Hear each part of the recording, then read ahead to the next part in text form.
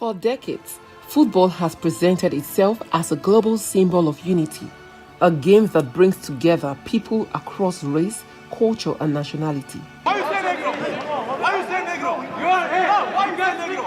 But behind the passion of the world's most popular sport lies a persistent problem that continues to stain the beautiful game. From monkey chants inside stadiums to discriminatory insults online, several players have been subjected to racism, often calling out authorities for what they describe as slow and inadequate responses to abuse. While crowd behavior has long been the focus of anti-racism campaigns, attention is now turning to what happens between players on the pitch.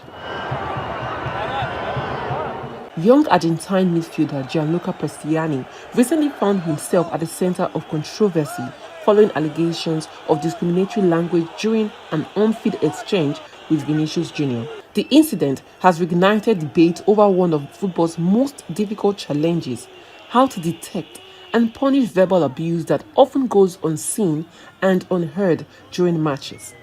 While there have been several reactions to the incident, Bayern Munich manager Vincent Kompany says recent criticism of Vinicius Jr.'s celebrations marks a new low in football discourse.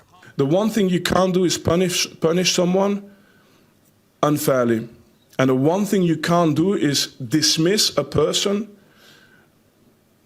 and attack the character of a person who's complaining about something he experienced and something that must be very painful. When Jose Mourinho is doing the knee slide at Old Trafford, when he goes to because he attacked the celebration of Vini Jr., when he goes to the fans in the semi-final Inter Milan against Barcelona, and he goes in front of the Barcelona fans and does his celebration, when he plays against Sevilla with AS Roma, and in that moment he's fighting with the referees, and the referees have to go under protection, leave the country under protection after that game. In that moment, if someone was racist to Mourinho, I would have hoped that all of us would say, stop, it doesn't matter his celebration. Let's listen to what he has to say. Manchester City manager Pep Guardiola has also described racism as a systemic problem that goes beyond football itself. Not for who you were born or for the color of skin make us better or worse. There's a lot of work to do. So. It's in the society, it's not in football. So racism is everywhere. You pretend that racism is just for the color of the skin.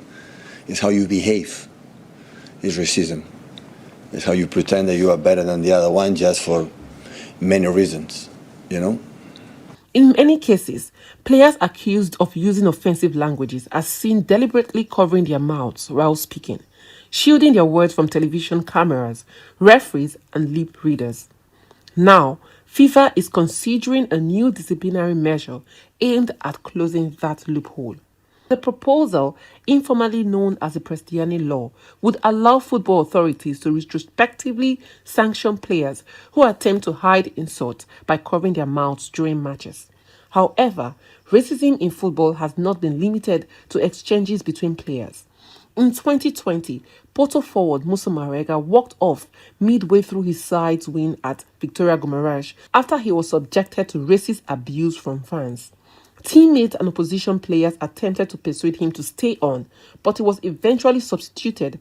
In 2006, former Barcelona striker Samuel Eto'o was also the target of racist chants during a match against Real Zaragoza. The Cameroonian forward reacted by attempting to walk off the pitch in protest before teammates intervened. After the match, Eto'o declared that he was proud to be black. UEFA introduced its three-step racism procedure in 2009, giving referees the power to halt matches in response to discriminatory behavior. Under the protocol, if racism is reported but not directly heard by match officials, play can be stopped while details are passed to the fourth official for further investigation. In 2021, Slavia Prague defender Andrei Kudela received a 10-match ban for racially abusing Rangers midfielder Glenn Kamara. More recently, FIFA introduced a cross-arms X gesture in 2024 to allow players signal incidents of racism directly to referees, prompting an immediate review. Anti-racism advocates say while some measures are necessary, stricter punishments may now be required. including stadium closures, automatic points deduction, player bans exceeding 10 matches, and potential competition disqualification for repeat offenders. As the experiences of players like Vinicius Jr. continue to highlight the fight against racism in football, it requires not only stronger laws but consistent enforcement, education, and a collective commitment from fans, clubs, and governing bodies alike. FIFA is expected to consult with players' unions, referees, and competition organizers in the coming months before making a final decision on whether to formally adopt the proposed rule. AB Iomo, Arise News.